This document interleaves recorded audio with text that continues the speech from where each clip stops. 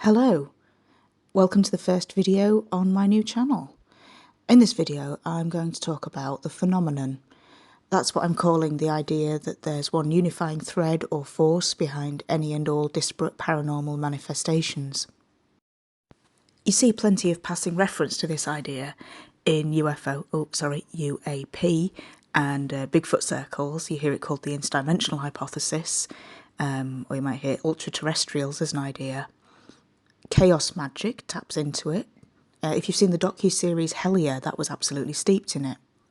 But I just don't see it articulated and addressed much as a topic in its own right. It's always in reference to other things. So that's what this video is going to be about. I think my main point is that I don't think there's any reason to delineate and divide these different phenomena, ghosts, UFOs, fairies, whatever, into separate boxes. If someone experiences, for the first time in their life, some kind of supernatural abduction by a mysterious being, we could just describe the known facts rather than from first instance trying to categorise it as either, is it fairies or is it an extraterrestrial encounter? Because, so often with these things, there'll be somebody going through their life without an experience, then suddenly they see a UFO, then they acquire a poltergeist, then they start getting these mysterious phone calls. And we should probably be talking about that as one single phenomenon rather than several different things that just happen to have dropped into that person's life all at the same time. But I think I'm getting ahead of myself there. This video is just going to be a brief outline of my initial thoughts. It's not going to have a bunch of referenced case studies and sources. Perhaps that's for a follow-up if I get a chance to make more videos. Hopefully I will. I think this is where I'm supposed to say, please subscribe. Right, there you are. I don't want to dumb things down either too much, I should say. I'm assuming anyone watching is probably familiar with the weirder sphere and the paranormal, so I'm going to gloss over things. It's tedious, isn't it, when people just write it as if it's a BuzzFeed listicle or something. And I don't want to just repackage other people's works and case studies. I hope the audio's clear enough. I'm just recording this talking into my phone. You might hear the dog occasionally butting in. I was going to film a video for this, but I look really awkward and the dog wanted to be a co-presenter. It just wasn't working out this time.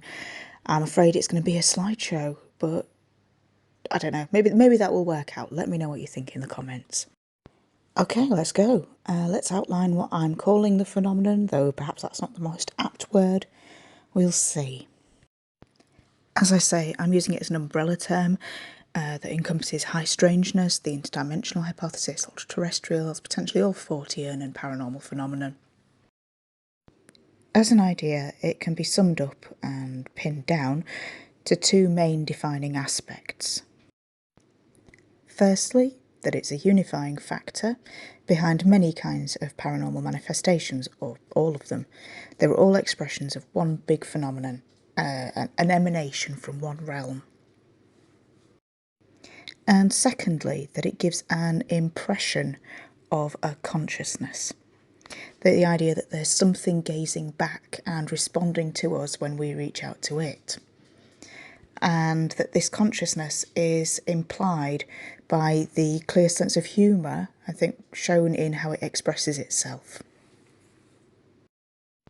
Of course, I've got to say these are just observations. I'm not getting off the fence. I'm absolutely welded to the fence. I'm totally agnostic here.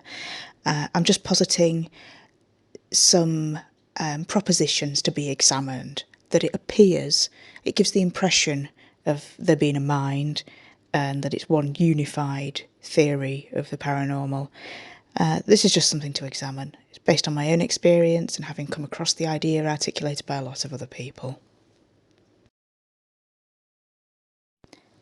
Speaking of other people, I should at least mention some of the big names who've covered this topic and laid the groundwork. Though my reading on the topic isn't at all exhaustive, and I don't claim it is, there's a few books I've got to mention. Of course, there's George P. Hanson's 2001 book, The Trickster and the Paranormal. You've probably got a copy on your shelf. It's a broad-spanning, very comprehensive study of how the archetype of the trickster is just so often detected in the paranormal, and how it's so intertwined that it actively resists straightforward rational explanation. It covers ufology, anthropology, skepticism, and it's just how the paranormal appears to be inherently anti-structural. To be honest, you're probably questioning why I need to make this video when he tied it all together so well in 2001. But here we are. And then we've got John A. Keel, probably the other writer I identify most with this idea, especially his books Operation Trojan Horse, 1970, and The Mothman Prophecies from 1975. I'm going to assume you probably know the Mothman Prophecies by now. It's an absolute classic case of a paranormal cryptid, in this case the Mothman, whose appearance is associated with a UFO flap and further high strangeness. And it all seems to be amplified by the attention of those who become involved or with it or investigate it. It's got all the classic elements of the phenomenon. But of course, he was a prolific writer who put this idea across in multiple books. He called it the Ultraterrestrial Hypothesis. Then we have the contemporaries of Keel in the UFO sphere, J. Allen Hynek and Jacques Vallée. He's got the Interdimensional Hypothesis as an alternative to the Extraterrestrial Hypothesis and the more nuts and bolts explanations of UFOs. The book I'm thinking most of here is Passport to Magonia, which was published in '69. Then much more recently, there's the 2019 docuseries Hellier. That's a perfect example of what I'm talking about here.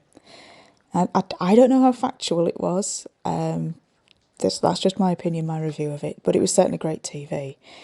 It spanned from goblins to the occult ufology of Alan Greenfield, then went on to the great god Pan, and it's all borne along on waves of synchronicities. And the fact that it may all well be contrived is just a perfect example of what I'm talking about here. It's all at a meta level, it's all subterfuge and resistance to clarity, it's just baked into the phenomenon. Now, the IDH seems to have been taken up by a section of the Bigfoot-seeking community, again because both seem to have been noticed as occurring together, either around the same time or at the same places. You have a UFO flap and you get Bigfoot sightings coming with it, or vice versa. The IDH, as it's popularly described, seems to suggest there's some sort of, astral plane, and its denizens are somehow breaking through into our world at these weak points, perhaps. And I just want to say I'm not keen on being overly reductionist at this point and simplifying it as some sort of higher dimensional dumping ground that we can just chuck in there and populate it with all these fantastic creatures. I think that's just getting too specific too soon, and I'm just hesitant to do that.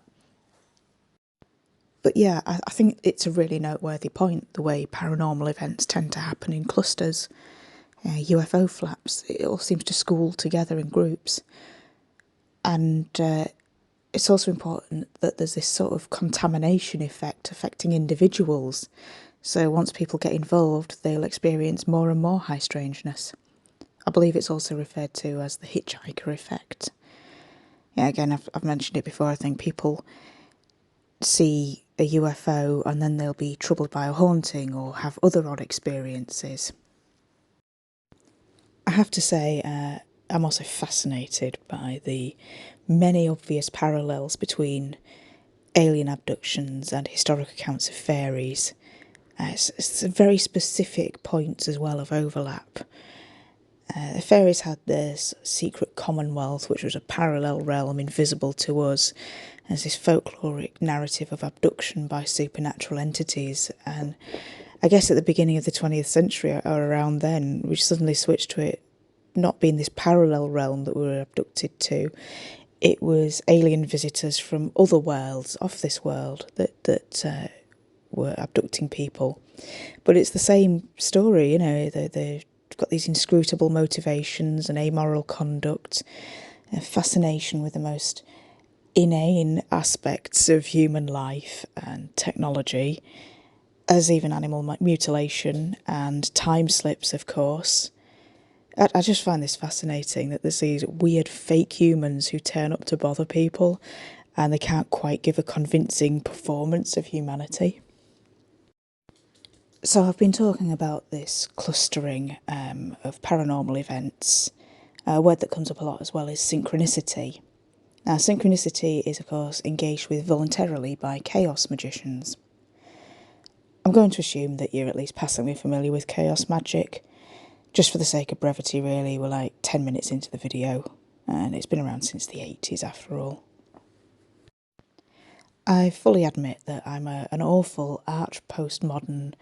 I don't commit to actually believing anything truths and beliefs. There's just to be collaged together, tried on, emphasised, discarded. So I really like chaos magic. Of course it appeals to me. I don't have to care if it's real or not. I don't have to care how I'd even verify that. I can just choose to practice it. Unfortunately, I'm terrible at keeping up the necessary dedication that it seems to want. I find there needs to be a sort of a head of pressure built up with daily attention. You've got to be immersed in doing sigil magic every day. And that then results in synchronicity storms, just loads and loads of signs that you're on the right track. I've actually been getting quite a few while I've been putting this video together, so fingers crossed.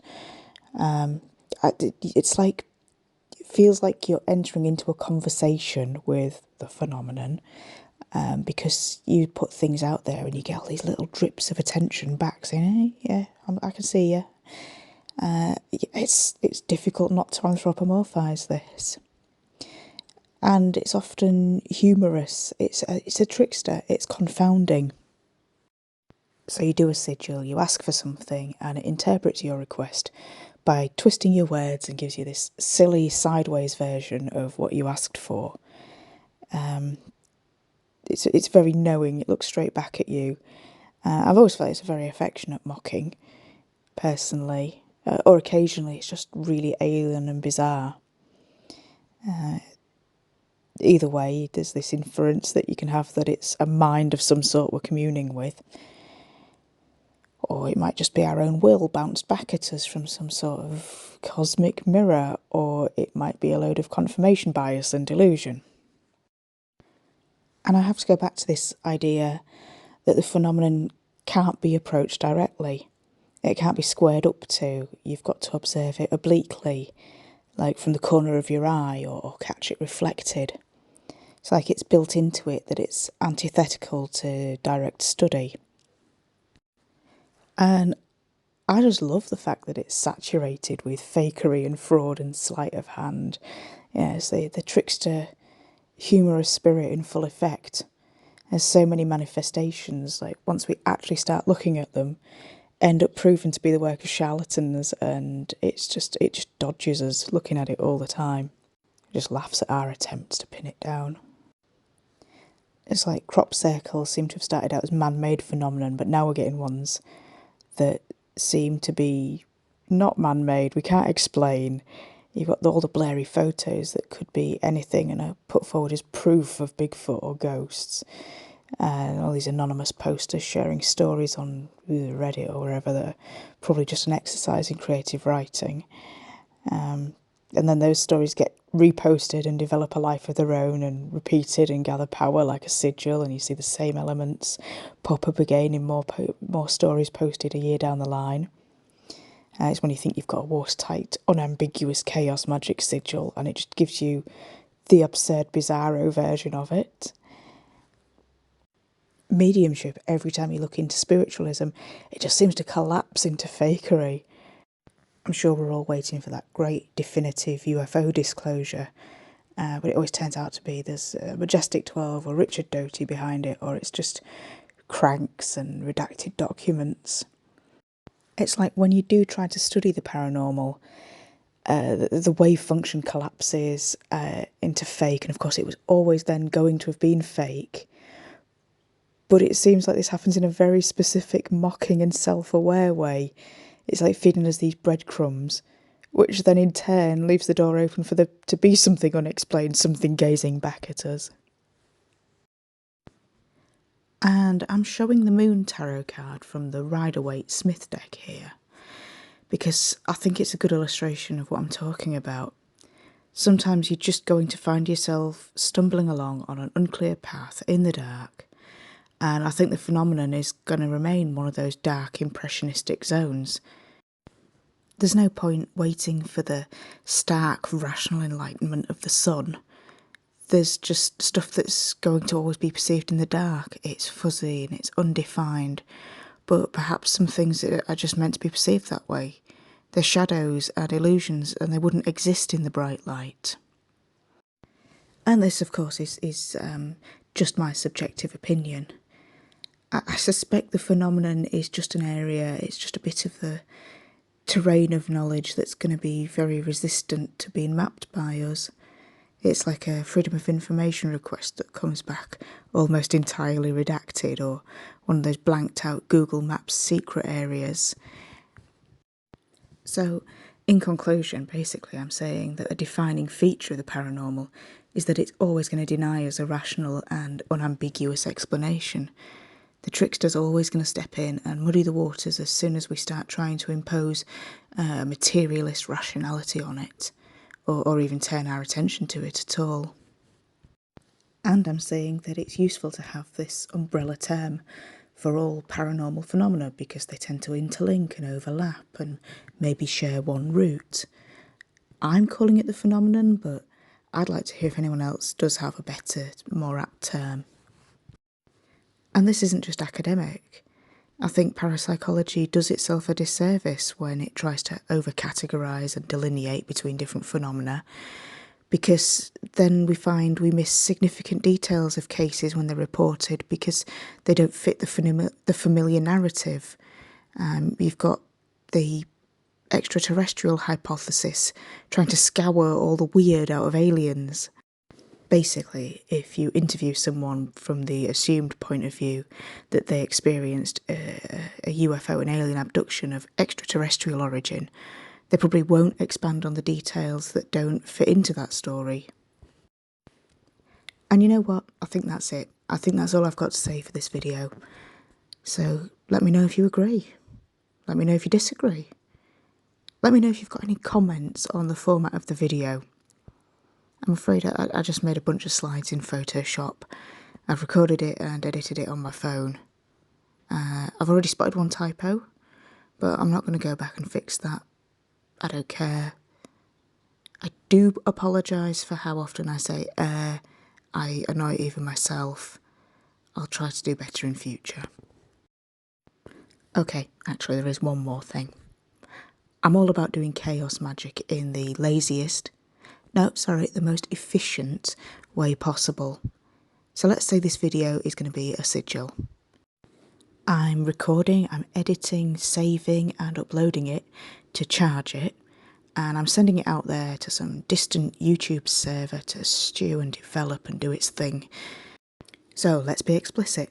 My intent is that I will make this channel a success, and I've translated that into this unlovely sigil. It's all a bit meta, but I thought it was worth a try. And this really is the end.